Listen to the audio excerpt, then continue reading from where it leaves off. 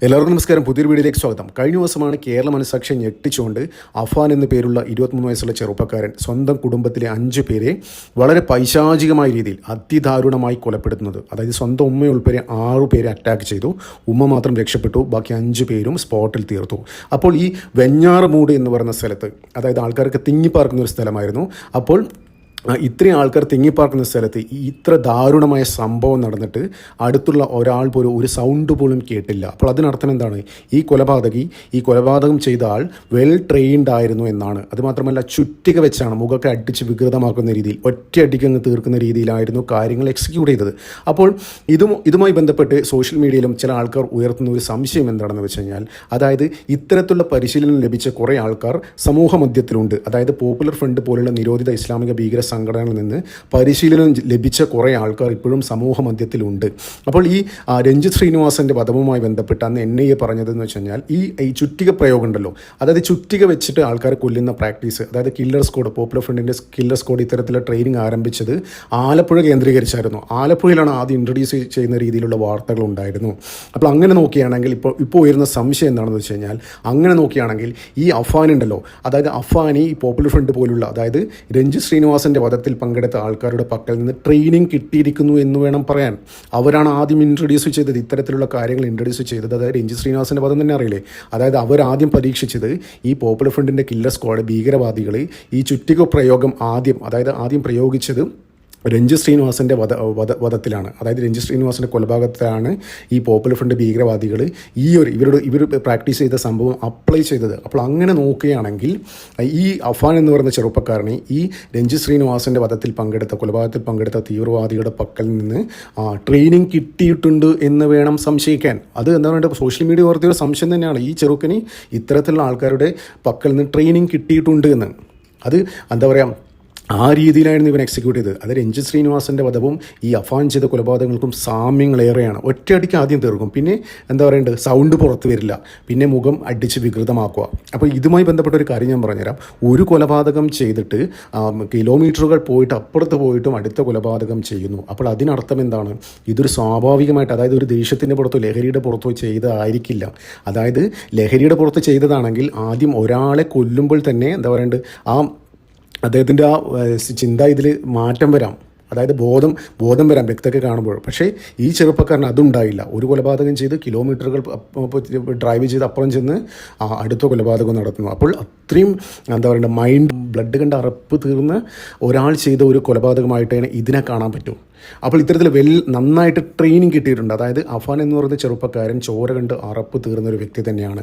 അപ്പോൾ അങ്ങനെ നോക്കുകയാണെങ്കിൽ ഈ അഫാനെ രഞ്ജിത്ത് ശ്രീനിവാസൻ വധത്തിൽ പങ്കെടുത്ത അവരുടെ പക്കൽ നിന്ന് ഇത്തരത്തിലുള്ള ട്രെയിനിങ് കിട്ടാനുള്ള സാധ്യതയുണ്ട് എന്നാണ് ഇപ്പോൾ ഉയരുന്ന സംശയം. അത് തള്ളിക്കളയാനും പറ്റില്ല കേട്ടോ.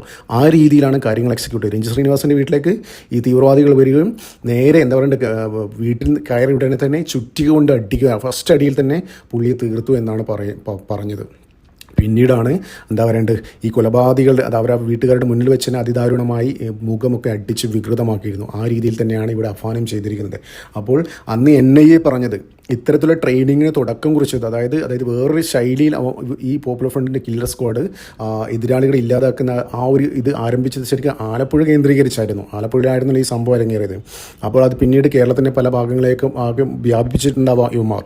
അതായത് ഈ പോപ്പുലർ ഫ്രണ്ട് നിരോധനത്തിന് ശേഷവും ഇവന്മാർക്ക് എല്ലാ സ്ഥലത്തും കില്ലർ സ്ക്വാഡുകളുണ്ടായിരുന്നു. ഈ കില്ലർ സ്ക്വാഡിൽ നിന്ന് ട്രെയിനിങ് ലഭിച്ച ആൾക്കാർ ഇപ്പോഴും കേരളത്തെ സമൂഹത്തിൽ നിന്ന് വിലസുന്നുണ്ട്. അതായത് ഇവിടെ നിരോധനത്തിന് ശേഷം കുറേ ആൾക്കാർ അവിടെ SDPയിലോട്ട് പോയിട്ടുണ്ടാവാം, ചില ആൾക്കാർ കോൺഗ്രസിലോട്ട് പോയിട്ടുണ്ടാവാം, ചില ആൾക്കാർ CPMലോട്ടും ചേർന്നിട്ടുണ്ടാവാം. അപ്പോൾ ഇത്തരത്തിൽ ട്രെയിനിങ് ലഭിച്ച ഒരുപാട് ആൾക്കാർ സമൂഹ മധ്യത്തിലുണ്ട്. ഇപ്പോൾ അഫാൻ്റെ കേസ് തന്നെ കണ്ടില്ലേ, അഫാൻ്റെ കേസ് തന്നെ കേരളത്തിൽ ഒരുപാട് മാധ്യമങ്ങൾ ഇങ്ങനെ ചില വാർത്തകൾ വെളുപ്പിക്കാൻ വേണ്ടി ഒരുപാട് വാർത്തകളൊക്കെ കണ്ടിരുന്നു. അതായത് പള്ളിയിൽ പോകുന്നവനാണ്, 5 നേരം നിസ്കരിക്കുന്നവനാണ്, ഇവനെങ്ങനെ ചെയ്യാൻ പറ്റിയെന്നൊക്കെ.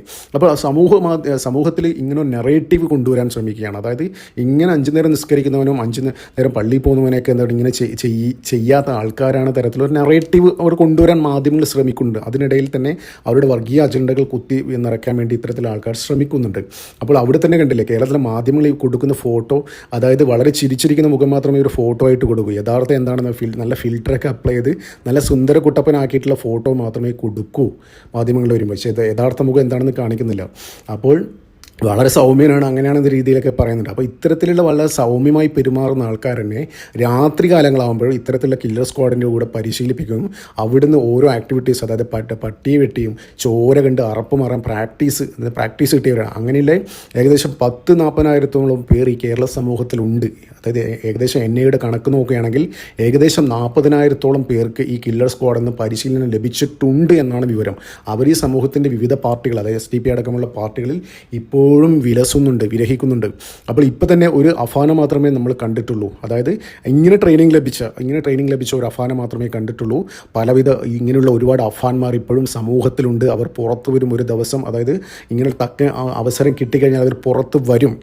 ഈ NIAയുടെ കണക്ക് പ്രകാരം ഇപ്പോഴും അവരിവിടെ തന്നെ ഉണ്ട്. NIAക്ക് വീണ്ടും ഇങ്ങോട്ട് വരേണ്ടി വരും. ഇവരൊക്കെ ശരിക്കും ട്രാക്ക് ചെയ്യുന്നുണ്ട്. അതായത് കേരളം എന്താ പറയുക, NIA എപ്പോഴും ക്ലോസ്ലി മോണിറ്റർ ചെയ്യുന്ന ഒരു സ്റ്റേറ്റാണ്. അതായത് സംഘടന നിരോധിച്ച് അവരെ നേതാക്കന്മാരെയൊക്കെ തൂക്കിയെടുത്തിട്ട് കൊണ്ടുപോയി എന്നുള്ള വാസ്തവം തന്നെ. അതുകൊണ്ട് അവർക്കറിയാം, NIAക്കും കേന്ദ്ര സർക്കാരിനും ഒക്കെ അറിയാം, സംഘടന നിരോധിച്ച് കഴിഞ്ഞാൽ അവിടുത്തെ ഒരു ആശയം ഇല്ലാതാവുന്നില്ല. അവർ പല വഴിക്കും ഇപ്പോൾ ആക്റ്റീവ് ആവുന്നുണ്ട്.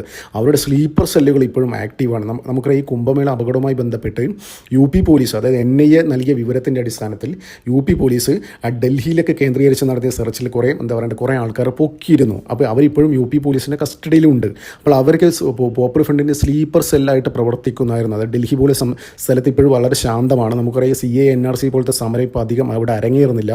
ഈ JNUവിലൊക്കെ കുറേ ഇത്തരത്തിലുള്ള രാജ്യവിരുദ്ധ പ്രവർത്തനങ്ങളായി നടക്കുന്ന ആൾക്കാരൊക്കെ ഇപ്പം തിഹാർ ജയിലിൽ അടച്ചിരിക്കുകയാണ്. അപ്പോൾ കുറച്ചൊന്ന് പത്തി താഴ്ത്തിയിരിക്കുകയാണ്. ഇൻ കേസ് എന്തെങ്കിലും ഒന്ന് വീണ് കിട്ടുകയാണെങ്കിൽ, അതായത് കേന്ദ്ര സർക്കാരിനെതിരെ ഉപയോഗിക്കാൻ വേണ്ടി എന്തെങ്കിലും ഒന്ന് വീണ് കിട്ടുകയാണെങ്കിൽ അവർ പൂർവാധികം ശക്തിയെടുത്ത് അതിനെ അവിടെ കലാപ സമാനമായ അന്തരീക്ഷം ഉണ്ടാക്കാൻ വേണ്ടി അവിടെ സ്ലീപ്പർ സെല്ലുകൾ വർക്ക് ചെയ്യുന്നുണ്ട്. ഇപ്പോൾ ഓൾറെഡി കേരളത്തിലേക്ക് ഇഷ്ടകണക്കിന് സ്ലീപ്പർ സെല്ലുകളുണ്ടെന്ന് ഓൾറെഡി NIAക്ക് അറിയാം. പക്ഷേ ഇവരൊക്കെ നന്നായിട്ട് മോണിറ്റർ ചെയ്യുന്നുണ്ട്. ഇതിൻ്റെയൊക്കെ ഭാഗമായിട്ടാണ് കുറച്ച് ദിവസം മുന്നേ ED ഒരു വാർത്താക്കുറിപ്പ് പുറത്തിറങ്ങിയില്ലേ. അതായത് കേരളത്തിൽ തീവ്രവാദ പ്രവർത്തനങ്ങൾ നടത്താൻ വേണ്ടി പോപ്പുലർ ഫ്രണ്ടിനൊക്കെ വേണ്ടിയിട്ട് ഏകദേശം 16,000 അക്കൗണ്ട് വഴി പണം സ്വരൂപിച്ചിട്ടുണ്ട്. വിദേശത്ത് നിന്ന്, പ്രത്യേകിച്ച് അറബ് രാജ്യങ്ങളിൽ നിന്ന് ഇങ്ങനെ പൈസ സ്വരൂപിച്ചിട്ടുണ്ടായിരുന്നു. അതിൽ 10,000 അക്കൗണ്ടുകൾ മലയാളികളുടേതായിരുന്നു. ഒന്ന് ആലോചിച്ചൊക്കെ, വളരെ ഗുരുതരമായ, വളരെ ഗൗരവപ്പെട്ട ഒരു കാര്യമാണ്. അതായത് ഈ കൊച്ചു കേരളത്തിൽ, ഭയങ്കര മതേതര സംസ്ഥാനം എന്ന് പറയുന്നത്, അതായത് ഈ കൊച്ചു കേരളത്തിൽ 10,000 പേര് ഈ തീവ്രവാദ പ്രവർത്തനങ്ങൾ രാജ്യത്തെ ശിഥിലീകരിക്കാൻ വേണ്ടി, രാജ്യത്ത് അരക്ഷിതാവസ്ഥ ഉണ്ടാക്കാൻ വേണ്ടി 16,000 അക്കൗണ്ടിൽ 10,000 പേര് മലയാളികളായിരുന്നു വിദേശത്ത് വെച്ച് ഫണ്ട് സ്വീകരിച്ചത്. അപ്പോൾ ഇവർക്കൊന്നും ഇനി ഒരിക്കലും ഇന്ത്യ രാജ്യത്ത് കാലുകുത്താൻ പറ്റില്ല. ഇന്ത്യയിലെ എല്ലാ എയർപോർട്ടിലും ലുക്കൗട്ട് നോട്ടീസ് കൊടുത്തിട്ടുണ്ട് ഈ 10,000 പേർക്ക്. എവിടെ കാലുകുത്തി കഴിഞ്ഞാൽ ഇവന്മാരെ സ്പോട്ടിൽ പൊക്കും. അതാണ് ഞാൻ പറഞ്ഞത്, എന്ത് ആക്ടിവിറ്റീസും നടക്കുന്നത്, അതായത് രാജ്യവിരുദ്ധ പ്രവർത്തനങ്ങൾ ഇവർ നടത്തി കഴിഞ്ഞാലും NIA ഇവർ പുറകിലുണ്ട്. അതായത് NIA ഇവർ ക്ലോസ്ലി മോണിറ്റർ ചെയ്തുകൊണ്ടിരിക്കുകയാണ്. അപ്പോൾ ഈ അഫാന പോലത്തെ ആൾക്കാർക്ക് ട്രെയിനിങ് കൊടുക്കുന്ന ആൾക്കാർ ഇവർക്ക് നന്നായിട്ട് നോട്ട് ചെയ്യുന്നുണ്ട്, മോണിറ്റർ ചെയ്യുന്നുണ്ട്. അപ്പോൾ NIA ചുമ്മാ ഇരിക്കുകയല്ല, ഫുൾ ടൈം നിങ്ങളുടെ പുറകെ ഉണ്ട്. അപ്പോൾ ഇതിൻ്റെയൊക്കെ ഭാഗമായിട്ടാണ് കഴിഞ്ഞ ദിവസം ഡൽഹി എയർപോർട്ടിൽ വെച്ചിട്ട് ബിഹാറി സുഡാപ്പി, മുഹമ്മദ് ആലം എന്ന് പറയുന്ന ബിഹാറി സുഡാപ്പിയെ NIA അറസ്റ്റ് ചെയ്തിരുന്നു. അവൻ്റെ പക്കൽ നിന്ന് സുപ്രധാനപ്പെട്ട വിവരമാണ് കേരളത്തിലെ ഈ പോപ്പുലർ ഫ്രണ്ടിൻ്റെ സ്ലീപ്പർ സെല്ലുമായി ബന്ധപ്പെട്ട് NIAക്ക് ലഭിച്ചത്. അപ്പോൾ ഇവരുടെ പുറകെ തന്നെ ഉണ്ട്. അതായത് ഇൻ കേസ് എന്തെങ്കിലും ഗുരുതരമായ പ്രശ്നങ്ങൾ വരികയാണെങ്കിൽ തൂക്കിയെടുത്ത് കൊണ്ടുപോകും. ഇതിൻ്റെയൊക്കെ ഭാഗമായിട്ടാണ് NIA UP പോലീസിന് വിവരം നൽകിയത്. ഈ കുംഭമേളയുമായി ബന്ധപ്പെട്ട് എന്തെങ്കിലും ഇത് സംശയിക്കുന്ന ആൾക്കാരുടെ വിവരങ്ങൾ ഡൽഹിയിലുണ്ട്, അവരെ പൊക്കിക്കൊന്നുള്ള രീതിയിൽ വിവരം കൊടുത്തത് NIA ആണ്. അപ്പോൾ അതിലും മലയാളികളുണ്ട്. അപ്പോൾ ഒന്ന് ആലോചിച്ച് നോക്കിയേ, എല്ലാ സ്ഥലത്തും മലയാളികളും. രാജ്യം ശിഥിലീകരിക്കാൻ വേണ്ടി ഡൽഹിയിൽ നടന്ന കലാപത്തിൽ കോടികൾ ഒഴിക്കാൻ വേണ്ടി ഇവിടുത്തെ CA റൌഫും മറ്റേ റൌഫ് ഷെരീഫൊക്കെ ആണ് മുൻപന്തിയിലുണ്ടായിരുന്നത്. എല്ലാത്തിൻ്റെ പുറകിലും മലയാളികൾ.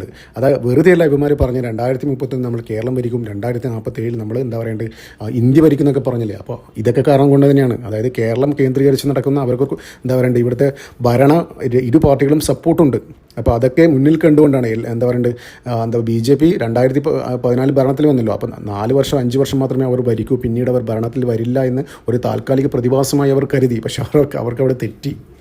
അപ്പോൾ BJP തുടർച്ചയായി ഭരിക്കുന്നതാണ് ഇവരുടെ ലക്ഷ്യങ്ങൾ സാക്ഷാത്കരിക്കാത്തത്. 2047 ഇസ്ലാമിക ഭരണം എന്ന സ്വപ്നം സാക്ഷാത്കരിക്കാത്തത് ഇവിടെ BJP ഭരണത്തിലുള്ളത് കൊണ്ട് മാത്രമാണ്. അപ്പോൾ എന്തുതന്നെയായാലും ഒരു കാര്യം ഉറപ്പിക്കാം, തീവ്രവാദ സംഘടന സ്ലീപ്പർ സെല്ലുകൾ ഇപ്പോഴും ആക്റ്റീവാണ് കേരളത്തിൽ. അപ്പോൾ കേന്ദ്ര സർക്കാർ ഇതിനെതിരെ ശക്തമായ നടപടിയെടുക്കുമെന്ന് പ്രതീക്ഷിക്കാം. നന്ദി, നമസ്കാരം. മറ്റൊരു വീഡിയോ കാണാം.